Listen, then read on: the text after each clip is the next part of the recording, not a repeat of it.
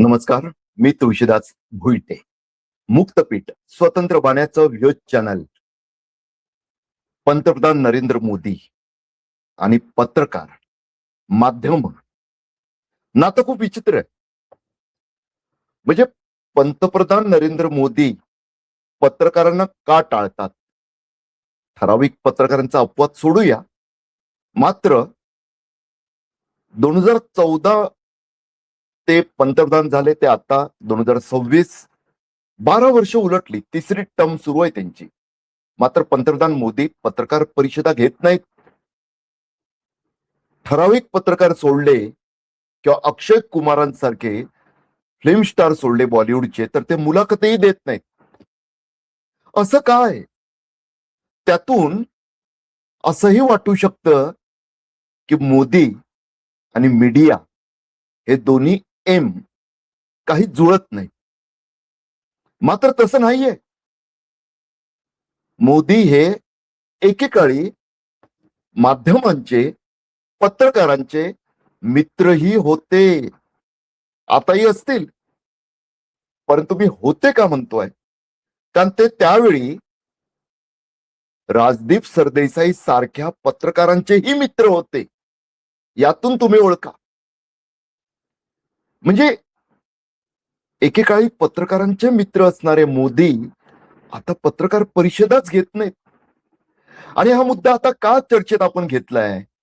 का सरस्वट वेध आपण घेतोय की एकेकाळी पत्रकारांचे मित्र असणारे नरेंद्र मोदी, आपले पंतप्रधान नरेंद्र मोदी आता पत्रकारांना का टाळतात? त्याचं कारण उघड आहे. तुम्हाला ठाऊक आहे. गेले 2 दिवस जोरात चर्चा सुरू आहे. पंतप्रधान नरेंद्र मोदी आखाती देशांनंतर आता युरोपमध्ये आहेत. तिथं नॉर्वेच्या दौऱ्यात ओस्लोमध्ये एक संयुक्त पत्रकार परिषद झाली. त्यात एक नॉर्वेच्या त्या पत्रकार हेले लिंग स्वेन्सन यांनी भारतातील माध्यम स्वातंत्र्याबाबत एक प्रश्न विचारला. मोदींनी उत्तर न देता टाळलं उत्तर देणं, असा वाद झाला त्यात. ही घटना 18 मे 2026 ची. या घटनेचा व्हिडिओ सोशल मीडियावर खूप व्हायरल होतोय. तुम्ही पाहिला असेल. भारतातही राजकीय वाद पेटणारच. पेटला.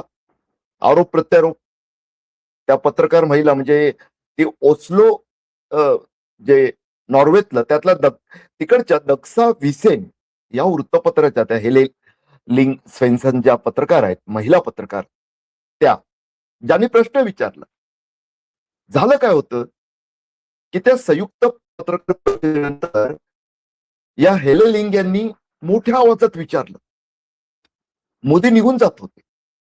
अहो पंतप्रधान मोदी, तुम्ही जगातील सर्वात मुक्त माध्यम स्वातंत्र्य असलेल्या देशातील पत्रकारांचे काही प्रश्न का घेत नाही? सर्वात मुक्त माध्यम स्वातंत्र्य म्हणजे नॉर्वे. त्याबद्दल त्यांनी विचारले. मोदी म्हणाले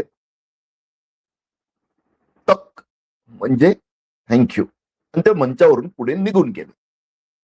त्यानंतर हेले लिंग यांनी एक सोशल मीडिया पोस्ट केली. त्यांनी म्हटलं की जागतिक प्रेस फ्रीडम इंडेक्स मध्ये नॉर्वे पहिल्या क्रमांकावर आहे, तर भारत 197व्या क्रमांकावर. सत्तेत असलेल्यांना प्रश्न विचारणं हे आमचं कर्तव्य आहे. म्हणजे हेले लिंग यांनी काही वेगळं सांगितलं ना, त्या पत्रकारितेचा धर्म सांगत होते खरं तर. मात्र त्यांना ट्रोल केलं गेलं. आपल्याकडे जणू काय त्या कुठच्या तरी भारतीय शत्रू राष्ट्राच्या हेरच असल्यासारखं काहींनी त्यांना ट्रोल केलं. त्या पुढचा कहर केला तो आपल्या भारतीय परराष्ट्र मंत्रालयाच्या प्रवक्ते रणधीर जयस्वाल आणि सचिव सीबी जॉर्ज त्यांनी एक पत्रकार परिषद घेतली भारताची बाजू मांडायला. प्रामाणिकपणे सांगतो, नसती घेतली तर बरं झालं असतं.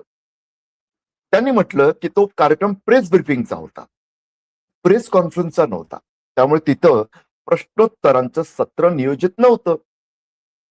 म्हणजे कशाला उत्तर द्यायचं असा त्यांचा आविर्भाव. आता नॉर्वेतल्या पत्रकारांना थेट पंतप्रधानांना प्रश्न विचारायची सवय. आपल्याकडे होती ती पद्धत 2014 पूर्वी. आता नाहीये. म्हणजे हे जरी मी या स्वरात बोलत असलो तरी तुम्ही माझ्या भावना समजू शकता. कारण पत्रकारांनी प्रश्न विचारचे नाहीत याचा अर्थ तुम्ही दात काढण्यासारखंच आहे हो. दात आणि नखे नसलेली पत्रकारिता काय पत्रकारिता असते? समजू शकता तुम्ही. आता त्या पत्रकार परिषदेत जी स्पष्टीकरणासाठी होती, त्यात त्यांना जेव्हा विचारण्यात आलं, की भारतात मानवाधिकारांचं उल्लंघन होतंय, असे आरोप आहेत. काय म्हणाले आपले भारतीय अधिकारी माहित आहे तुम्हाला? भारत हा एक प्राचीन संस्कृती असलेला आणि जगातील सर्वात मोठा लोकशाही देश आहे. कोरोना काळात भारतानं जगाला केलेल्या मदतीमुळे संपूर्ण जग भारतावर विश्वास ठेवतं. राजकीय प्रतिक्रिया आणि वादविरोधी हे जे काही सर्व तुम्ही मला सांगा, त्यांनी योगा सांगितला, शून्याचा शोध सांगितला. अहो यातून मानवाधिकारांच्या हननाबद्दलचं काही उत्तर दिलं गेलं का? अल्पसंख्याकांची संख्या वाढते वगैरे वगैरे. अहो तुम्ही मुद्देसूद बोललं पाहिजे. तुम्ही परराष्ट्र मंत्रालयाचे प्रवक्ते आहात, तुम्ही तिकडचे अधिकारी आहात, सचिव आहात. याचा अर्थ तुम्ही भारताला रिप्रेझेंट करताय, प्रतिनिधित्व करताय. पण हे घडलं, स्वाभाविक आहे. विरोधकांनी त्यावर कडक झोड उडवली. आपले विरोधी पक्षनेते लोकसभेचे भारतातील त्यांनी म्हटलं, राहुल गांधी यांनी म्हटलं, त्यांनी तो व्हिडिओ शेअर केला. ते म्हणाले की मोदींवर त्यांनी जे टीका केली त्यात त्यांनी म्हटलं, जेव्हा लपवण्यासारखं काही नसतं तेव्हा भीती बाळगण्याचं कारण नसतं. देशाच्या पंतप्रधानांना जागतिक मंचावर प्रश्नापासून पळ काढताना पाहून भारताच्या प्रतिमेला धक्का बसतो. आता सोशल मीडियात तुम्ही आहातच, पाहत असाल दोन्ही बाजूनी आरोप प्रत्यारोप फैरी झडतायत. परंतु मला असं वाटतं त्या पलीकडे आपण गेलं पाहिजे. मुद्दा तोच आहे, मुक्तपीठ. आपण पुढचं त्यातूनच मग की काय घडतंय पहा, की मगाशी मी उल्लेख केला. मोदी असे होते का की पत्रकारांना टाळायचे का? नव्हते तसे. मी आज पुराव्यासह तुमच्या समोर मांडणार आहे. मोदी, आजचे आपले पंतप्रधान नरेंद्र मोदी हे राजकारणात असतानाही पत्रकारांचे मित्रच होते. पत्रकारांचे मित्र असणारे मोदी मग आता पत्रकारांनाच का टाळतात? काही अपवाद सोडा तुम्ही, माध्यमांना का टाळतात? पुन्हा काही अपवाद सोडा तुम्ही, सरसकट नाही. असं का घडतंय? पत्रकारांचे मित्र असणारे मोदी पत्रकारांना का टाळतात? याच प्रश्नाचा आपल्याला शोध घ्यायचा आणि त्यातूनच मग मी तुमच्या समोर एक एक हे पुस्तक मी आज सोबत ठेवलं नाही, माझं नाहीये. हे पुस्तक ज्येष्ठ पत्रकार राजदीप सरदेसाई यांचं आहे. 2014 देशाचा चेहरा बदलणारी निवडणूक. वाचत जा. वाचन आपलं मेंदूत अनेक नोंदी घडवतं आणि योग्य वेळी ते आपल्याला उपयोगात आणता येतात. आज या पुस्तकालाच मी समोर ठेवत त्यातल्या काही पानांमधला मजकूर तुमच्या समोर मांडणार आहे. त्यातून तुमच्या लक्षात येईल की पत्रकारांचे मित्र कसे होते मोदी. आधी ते मांडतो. धक्का बसेल तुम्हाला ऐकून. 2024 देशाचा चेहरा बदलणारी निवडणूक, पान क्रमांक 20 ज्यांच्याकडे असेल त्यांनी नक्की उघडावं. मी एक एक मांडतोय तुमच्या समोर. आता मी जे मांडतोय ते राजदीप सरदेसाईंचे शब्द आहेत, त्यांचे अनुभव आहेत. ज्येष्ठ पत्रकार, सध्या ते इंडिया टुडे या समूहाचे सल्लागार संपादक या मोठ्या पदावर आहेत ते. मोदींच्या राजकीय वनवासाचे हे दिवस होते. ते वर्ष तुम्हाला सांगतो 90चं दशक आहे, जे आताच राजदीप सरदेसाईंचा अनुभव सांगतोय तो. राजदीप सरदेसाई पान क्रमांक 20 वर लिहितात, मोदींच्या राजकीय वनवासाचे हे दिवस होते. आपल्या पुढे नवं आव्हान स्वीकारणं त्यांना शक्य होतं. पण त्यांचं मन होतं गुजरातमध्ये. त्यांना एक दिवस गुजरातचं मुख्यमंत्री व्हायचंय आणि तीच त्यांची अंतिम महत्वाकांक्षा आहे. आमचा दोघांचा एक मित्र मला वारंवार सांगत होता, खरोखरच मोदींचं हे अंतिम लक्ष असेल तर ते लपवण्यात त्यावेळी मोदी यशस्वी झाले. दिल्लीत, आता पुढच्या पानावर, पान 21, दिल्लीत मोदींना राष्ट्रीय प्रश्नांवर बोलायला आवडायचं. खाजगी टेलिव्हिजन आणि त्याचबरोबर राजकीय चर्चेचे कार्यक्रमही नुकतेच सुरू झाले होते. लक्षात ठेवा, वर्ष मी तुम्हाला सांगितलं 1990 नंतरचं, त्यातही पुन्हा 95च्या दरम्यानचं हे सर्व काही. मोदी हिंदी प्रभावीपणे बोलत, त्यामुळे टीव्हीवरच्या प्राईम टाइम शो मध्ये पाहुणे म्हणून ते अगदी फिट बसत. हे राजदीप सरदेसाई लिहितात त्यांच्या पुस्तकात. 1990च्या दशकाच्या अखेरीला मोदींनी टेलिव्हिजनशी चांगलं जुळवून घेतलं. मला 2 प्रसंग आठवतात. एकदा मी एनडीटीव्हीवर अर्णब गोस्वामी बरोबर रात्री 10 वाजताचा न्यूज अवर हा कार्यक्रम अँकर करत होतो. अर्णबने नंतर याच नावाने टाइम्स नाऊवर प्राईम टाइम शो सुरू केला आणि तो यशस्वीही झाला. साधारण 8:30च्या सुमाराला या कार्यक्रमातले आमचे नियोजित पाहुणे विजय कुमार मल्होत्रा येऊ शकत नाहीत असं कळलं. आम्हाला त्यांच्याशी पर्याय हवा होता.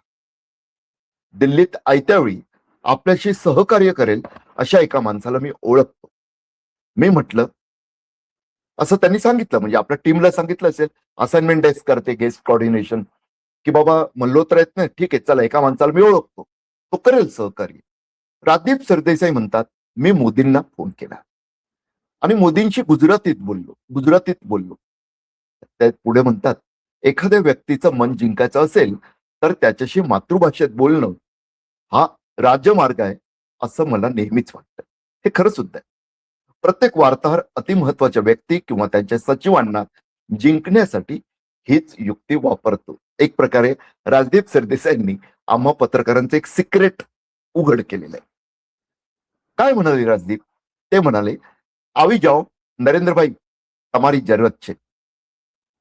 म्हणजे नरेंद्रभाई या तुम्ही, तुमची गरज आहे. मोदींनी साधारण मिनिटभर विचार केला आणि म्हणाले, मी यायला तयार आहे, पण माझ्याकडे गाडी नाही. मैत्री. एखादा मित्रच आपल्या दुसऱ्या मित्राची एवढ्या उघडपणे बोलू शकतो, आणि त्यातही राजकारणात असलेला मित्र सांगतोय, एक राजकीय नेता सांगतोय, ज्याला पुढे मोठ्या महत्वाकांक्षा आहे, मी यायला तयार आहे पण माझ्याकडे गाडी नाही. 2014 हे पुस्तक राजदीप सरदेसाईंचं, तुम्ही लक्षपूर्वक पहा, त्यातलं मी तुम्हाला सांगतोय मजकूर. 2014 देशाचा चेहरा बदलणारी निवडणूक, त्यातलं पंतप्रधान मोदी जे पुढे दीर्घकाळ गुजरातचे मुख्यमंत्री होते, ते राजदीप सरदेसाईंना एका पत्रकाराला सांगतायत, मी यायला तयार आहे पण माझ्याकडे गाडी नाही. मोदी त्यावेळी भाजपच्या ऑफिसच्या बाजूलाच असलेल्या 9 अशोक रोड मध्ये इतर प्रचारकांसोबत राहत होते. मी त्यांना विनंती केली, टॅक्सी घेऊन या आणि टॅक्सीचं भाडं आम्ही भरू असंही आश्वासन दिलं. हे राजदीप सरदेसाईंनी लिहिलंय. कार्यक्रमाची वेळ जसजशी जवळ येऊ लागली तसतसा अर्णब आणि मला घाम फुटायला लागला. कार्यक्रमाला काही मिनिटं उरली होती आणि मोदींचा पत्ता नव्हता. कार्यक्रम ऑन एअर जायला केवळ 5 मिनिटं होती. प्रोड्युसरनं माझ्या कानात स्टँड बाय हे पीसीआर मधून सांगितलं जातं, जो आमच्या कानात हा लेपन असतो. आता इकडे काही पीसीआर नाहीये, परंतु हे ऐकण्यासाठी ठेवावं लागतं. प्रोड्युसरनं माझ्या कानात स्टँड बायचा इशारा दिला होता आणि तेवढ्यात धापा टाकत मोदी आले. ऐनवेळी बोलवलेलं हे लक्षात ठेवा, म्हणजे मैत्री तुमच्या लक्षात येईल. ते जवळजवळ ओरडलेच, राजदीप मी आलोय, मी आलोय. आपल्याला शेवटच्या क्षणी बोलवलंय याची त्यांना पूर्ण जाणीव होती, पण टीव्हीवर दिसण्याची ही संधी गमवायला ते तयार नव्हते. म्हणूनच अगदी शेवटच्या क्षणाला का होईना पोहोचण्याची त्यांनी काळजी घेतली. अर्णब आणि माझ्या पुरतं बोलायचं तर भाजपच्या बाजूचा एक पाहुणा आम्हाला मिळाला आणि आम्ही कार्यक्रम उत्तम पार पाडला. महत्वाचा अनुभव आहे. लक्षात ठेवा की ऐन वेळी विजय मल्होत्रा रद्द झाले, त्यांनी रद्द केलं, मोदींना बोलवलं, मोदींकडे गाडी नव्हती तरी ते टॅक्सीनं आले, ज्या टॅक्सीचं भाडं एनडीटीव्ही, जिथं राजदीप सरदेसाई आणि अर्णब, ही जोडी सुद्धा तुम्हाला विचित्र वाटली असेल. होय, एनडीटीव्हीतून अर्णब गोस्वामी आलेले आहेत. त्यामुळे लक्षात ठेवा तुम्ही, नंतर कधीतरी बोलू यावर. आणखी एक अनुभव त्यांनी मांडला त्याच पानावर. 2001च्या जुलै महिन्यात जनरल मुशर्रफ आग्रा शिखर परिषदेसाठी आलेले असताना मोदींनी आमची अशीच सुटका केली. आम्ही या परिषदेचा दिवस रात्र कव्हरेज करत होतो. आम्हाला भाजपाचा पाहुणा जास्त वेळ हवा होता. मोदी संसद भवनाबाहेर विजय चौकातून व्हॅन म्हणजे ओबी व्हॅन, पूर्वी ओबी व्हॅनही वापरल्या जायच्या, आता कमी झालेलं आहे. ओबी व्हॅनवर यायला लगेच तयार झाले. पण ते पोहोचले तेव्हा पाऊस सुरू झाला आणि सॅटेलाइट सिग्नलही बंद पडले. कोणतीही तक्रार न करता मोदी त्या मुसळधार पावसात प्रसारणाची वाट पाहत 2 तास छत्री घेऊन शांतपणे बसून राहिले. हे राजदीप सरदेसाईंच्या या पुस्तकातला अनुभव मी तुमच्या समोर मांडतोय आणि पत्रकार मित्रांच्या अनुभवांमधून मोदी कसे मित्र होते ते मांडण्याचा प्रयत्न आहे. ते माध्यमांचे मित्र होते. मग नेमकं पुढे काय कसं बिनसलं ते सुद्धा आपल्याला पाहावं लागेल. आता आपण पान क्रमांक 46 वर जाऊया. राजदीप सरदेसाईंचं हे पुस्तक, यातला मजकूर मी वाचतोय, त्याचा संदर्भ देतोय. पत्रकार मित्र कसे होते मोदी, माध्यमांचे मित्र कसे होते मोदी, त्यांची गरज भागवण्यासाठी कसे कोणतंही मनात इगो न आणता मदत करायचे मोदी, हे तुम्हाला मी सांगितलं. आता आपण जाऊया पान क्रमांक 46, 2012 हे वर्ष, 1995-90च्या दशकातून आता आपण पान क्रमांक 46 2012 मध्ये आलोय. सद्भावना यात्रेनंतर एका वर्षानं म्हणजे सप्टेंबर 2012 मध्ये मोदी पुन्हा एकदा रस्त्यावर उतरले. विधानसभा निवडणुका डिसेंबर महिन्यात होणार होत्या. कमी पाऊस आणि स्थानिक आमदारांविरुद्ध असलेला असंतोष याचा फटका मोदी सरकारला बसेल अशी चिंता व्यक्त केली जात होती. मतदारांशी थेट संवाद साधण्याची गरज मोदींना जाणवली. राज्यव्यापी विवेकानंद युवा विकास यात्रेला त्यांनी सुरुवात केली. स्वामी विवेकानंदांची 150वी जयंती साजरी करण्यासाठी ही निर्मिती हा तिचा मुख्य उद्देश होता. आपण विवेकानंदांपासून प्रेरणा घेतल्याचं मोदी अनेक वर्ष यात्रा काढण्यात आल्याचं सांगतात. पण प्रत्यक्षात गुजरात निवडणूक प्रचाराचं वातावरण होतं त्यावेळी. आता जाहीरपणे स्वतःला स्वामी विवेकानंदांशी जोडणं, त्यांचा म्हणजे विवेकानंदांचा धार्मिक सर्वसमावेशकतेचा वारसा आपल्याकडे घेण्याचा त्यांचा प्रयत्न होता. मोदींची ही खासियत म्हणायला हवी असं राजदीप सरदेसाई लिहितात. ते पुढे लिहितात, आपली प्रतिमा उंचावण्यासाठी असे राजकीय इव्हेंट तयार करणं आणि त्याचं उत्कृष्ट मार्केटिंग करणं याची मोदींना उपजत जाण होती. आता पुढचा जो अनुभव आहे तो खूप महत्वाचा आहे. या यात्रेत गुजरातेतल्या पाटण जिल्ह्यात मी मोदींना भेटलो.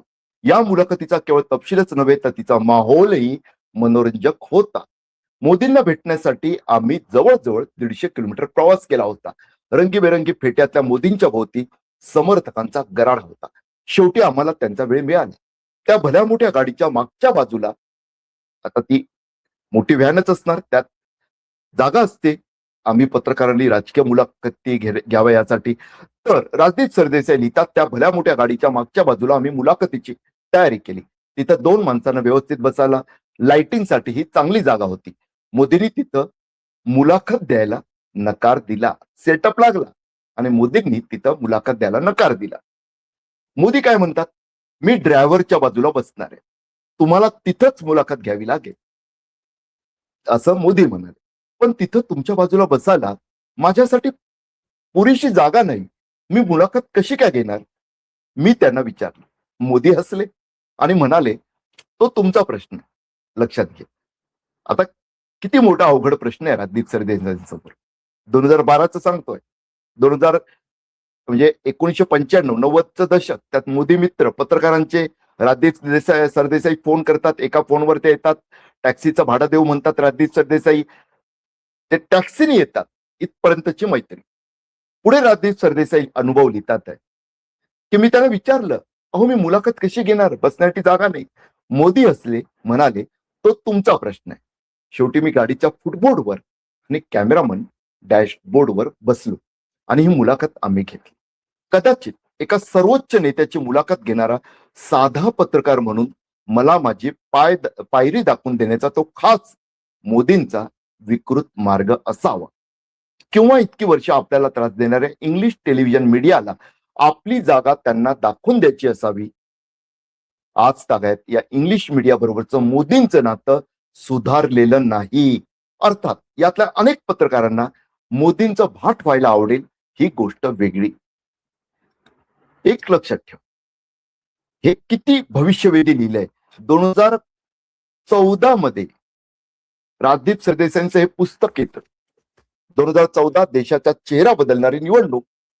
आणि त्यावेळी लिहितात आहे राजदीप सरदेसाई की अनेक पत्रकारांना मोदींचं भाट व्हायला आवडेल ही गोष्ट वेगळी. आज 2026 आहे. तुम्हीच सांगा घडलंय की नाही तसं. हेच असतं एका चांगल्या राजकीय विश्लेषकाचं निरीक्षण आणि त्यांनी वर्तवलेला अंदाज. पुढे ते लिहितात, दंगलीबद्दल माफी मागण्याविषयीच्या प्रश्नावर मोदींनी अपेक्षेप्रमाणे मौन धारण केलं आणि अत्यंत उद्धटपणे कॅमेरापासून मान फिरवली. पण गुजरात मधल्या निवडणुका तिसऱ्यांदा जिंकल्यानंतर तुम्ही दिल्लीला जाणार का या प्रश्नाला मात्र उत्तर दिलं. त्यांचं उत्तर नेहमीप्रमाणे आक्रमक होतं. देशाचा भावी पंतप्रधान शोधण्याची जबाबदारी जनतेनं तुमच्यावर आणि मीडियावर सोपवली आहे का? पुढचा पंतप्रधान गुजरातमधून असेल का असा प्रश्न मी पुन्हा विचारला. तेव्हा त्यांचं उत्तर काहीसं गूढ होतं. ते म्हणाले, माझं सगळं लक्ष गुजरातवर केंद्रित झालंय आणि एक मजबूत राज्य घडवण्याचं माझं स्वप्न आहे. आता लक्षात ठेवा, एक, त्यांनी दुसऱ्या दिशेला मान वळवली. याआधी 2007 मध्ये त्याने विश्वास ठेवलेला असं राजदीप सरदेसाई लिहितात आणि दुसऱ्या दिशेला यावेळी मान वळवली तेव्हा त्यांच्या डोळ्यातले विजय भाव मला स्पष्टपणे सुचवत होते. गुजरात मधला त्यांचा विजय जवळजवळ निश्चित होता. मोदी आता भारतीय राजकारणातल्या सगळ्यात मोठ्या खुर्चीवर दावा सांगायला सज्ज झाले होते.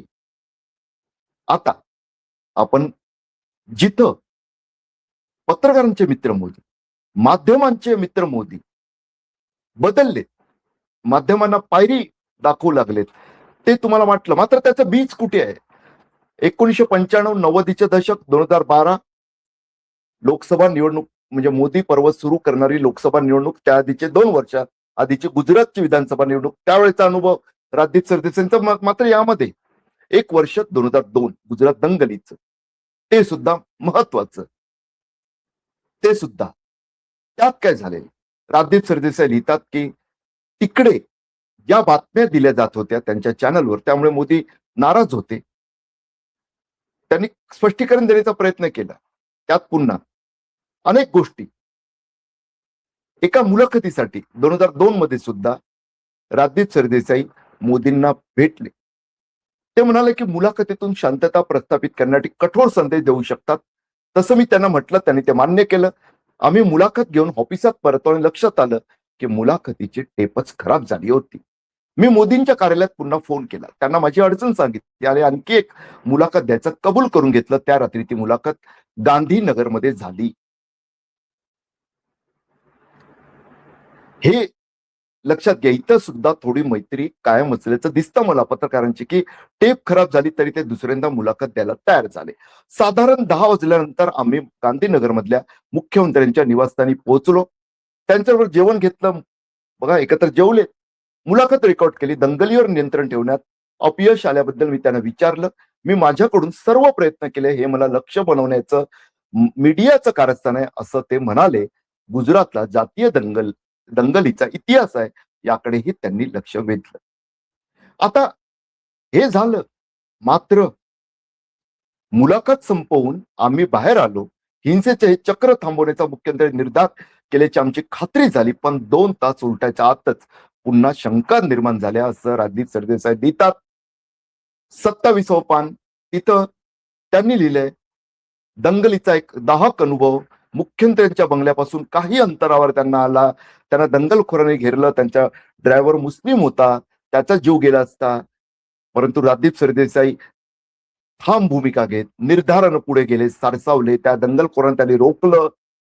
त्यांनी आपल्या कॅमेऱ्यातली टेप दाखवली. त्यातलं मुख्यमंत्र्यांची मुलाखत घेताना राजदीप सरदेसाई पाहून काहीसे ते मग मागे फिरले.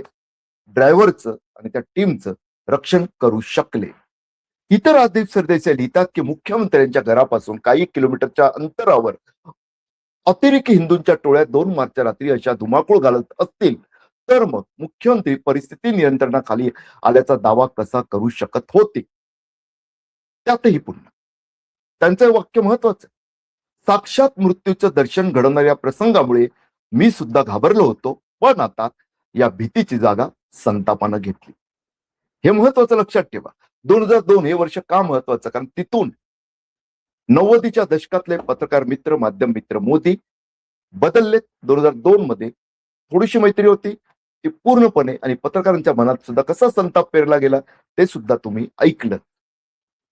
इथून मोदी पत्रकारांपासून, माध्यमांपासून दुरावलेत आणि फक्त त्यांना हवं ते विचारणारे, त्यांच्या भूमिकेला पूरक भूमिका घेणारेच पत्रकार आपले वाटू लागले का, हाही प्रश्न पुढे येतो. आता यानंतर मी तुम्हाला आणखी एका मुद्द्याकडे घेऊन जाणार आहे. ते आपल्या मुंबईतील एक पत्रकार जयंत माईनकर यांची एक आज फेसबुकवर एक पोस्ट आली आहे. थोडक्यात तिच्याविषयी मी सांगतो. त्यांनी जे त्यात मांडलेलं आहे ते महत्वाचं आहे, ते तुम्हाला सांगणं गरजेचं आहे असं मला वाटतं. ही पोस्ट आहे फेसबुकवरची त्यांची. त्या फेसबुक पोस्टमध्ये त्यांनी लिहिलेलं आहे ते मुंबईत, गुजरातमध्ये, भोपाळला मध्य प्रदेशात आणि ईशान्य भारतात सुद्धा UN या वृत्तसंस्थेसाठी कार्यरत होते जयंत माईनकर. त्यांनी लिहिलंय की 1988 साली गुजरात माहिती जनसंपर्क खात्यातील एक अधिकारी स्वर्गीय जगदीश ठक्कर यांना तत्कालीन मुख्यमंत्री स्वर्गीय अमरशे चौधरी यांनी आपला जनसंपर्क अधिकारी म्हणून नियुक्त केले. तेव्हापासून 2014 पर्यंत गुजरातच्या प्रत्येक मुख्यमंत्र्यांचे जनसंपर्क अधिकारी तेच होते. याच काळात ते निवृत्त झाले तरी ते आपल्या पदावर कायम राहिले.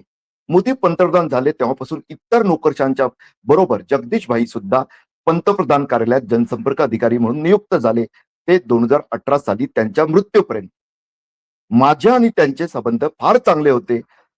त्यांच्या केबिनमध्ये बसून मला अभिप्रेत असलेली बातमी लगेच मिळायची. पंतप्रधानांचे जनसंपर्क अधिकारी झाल्यानंतर त्यांच्याशी फक्त एकदाच, हे महत्वाचं आहे, हे तुम्ही ऐका, त्यांच्याशी फक्त एकदाच फोनवर 1 मिनिटासाठी संपर्क होऊ शकला.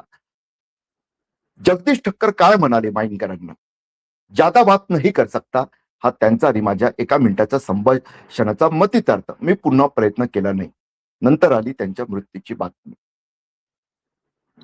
पुढे त्यांनी राहुल गांधींचं उदाहरण दिलं, कशा पद्धतीनं त्यांनी पत्रकार परिषद घेतलेली आणि 2014ची तो अनुभव त्यांनी माईनकरांनी लिहिलाय. 2014 साली लोकसभा निवडणुकीच्या आधी राहुल गांधींनी मुंबईतील 50 ज्येष्ठ पत्रकारांना बोलवलं होतं. युनायटेड न्यूज ऑफ इंडियाचा ब्युरो चीफ या नात्याने मी त्याला हजर होतो. मीटिंग गिरगावातील ठक्कर क्लबमध्ये होती. मी त्यावेळी राहुल गांधींना त्यांच्या पक्षात नेहरू गांधी घराण्याचा पंतप्रधान पदावरील वंश परंपरेविषयी प्रश्न विचारला होता. राहुल गांधींनी शांतपणे प्रत्येक पक्षात वंश परंपरा असल्याचं सांगून अनुराग ठाकूर, अखिलेश यादव यांची उदाहरणं दिली. कुठेही चिडचिड वा आक्रस्ताळेपणा नव्हता. त्यांच्याबरोबर तेव्हाचे मुख्यमंत्री पृथ्वीराज चव्हाण, प्रदेशाध्यक्ष माणिकराव ठाकरे होते. प्रश्न महत्वाचा नसतो, उत्तर महत्वाचं असतं. पण हे हुकुमशाही मनोवृत्तीच्या मोदींना कोण सांगणार? हा जयंत माईनकर यांचा प्रश्न खूपच महत्वाचा ठरतो.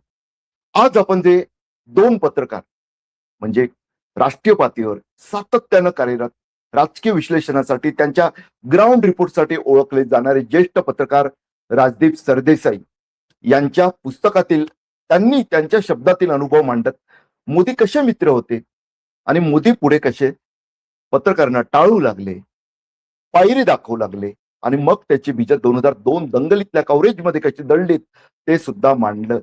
यातून तुमच्या लक्षात आलं असेल माईनकरांचा सुद्धा अनुभव काय सांगतो की त्यांचे मोदींचे जनसंपर्क अधिकारी आधी कॅबिनमध्ये बसून पाहिजे ती बातमी द्यायचे, तेच नंतर 1 मिनिटात संभाषण संपवून जास्त बोलू शकत नाही हा मतितार्थ त्यांना काढावा लागतो. यातून एक लक्षात येतं की पत्रकारांचे मित्र असणारे, माध्यमांचे मित्र असणारे, अगदी माध्यमांनी ऐनवेळी बोलवलं त्यांची गरज लक्षात घेत गाडी नसतानाही टॅक्सीने पोहोचून त्यांची गरज भागवणारे पंतप्रधान तत्कालीन राजकीय नेते नरेंद्र मोदी, मुख्यमंत्री झाल्यावर सुद्धा मित्र राहणारे नरेंद्र मोदी 2002च्या दंगलीनंतर मात्र मीडिया कव्हरेजमुळे बदलू लागलेत. एवढे बदललेत की ते पत्रकारांना 2012 पर्यंत त्यांची पायरी दाखवू लागले आणि 2014 ते 2026 त्यांनी एकही पत्रकार परिषद घेतलेली नाही. त्यांच्या मुलाखती सुद्धा अगदी निवडक पत्रकारांनाच मिळतात. तुम्हाला ठाऊक आहे, मी त्यावर जास्त बोलायला नको. या पोस्ट नंतर आपण पुन्हा एकदा आता समारोपाकडे जाऊया. लक्षात घ्यायसारखा मुद्दा हाच आहे की एक राजकीय नेता जो महत्वाकांक्षी आहे, ज्याच्या डोक्यात स्वतःसाठीचा रोडमॅप पक्का ठासून ठेवलेला आहे, तो राजकीय नेता मुख्यमंत्री होतो. त्याच्या आधी पत्रकारांचा एवढा मित्र असतो की ऐनवेळी बोलवलं तरी त्यात कमीपणा न मानता त्यांच्या स्टुडिओत पोहोचतो. पाऊस आला, ओबीचं प्रक्षेपण बंद पडलं तरी तिकडे बसून राहतो, 2 तास वाट पाहतो, छत्री हातात घेऊन तिथंच थांबतो विजय चौकात दिल्लीच्या. आणि तेच पुढे मुख्यमंत्री होतात, दंगल घडते, त्या कव्हरेजमुळे बिथरून जातात.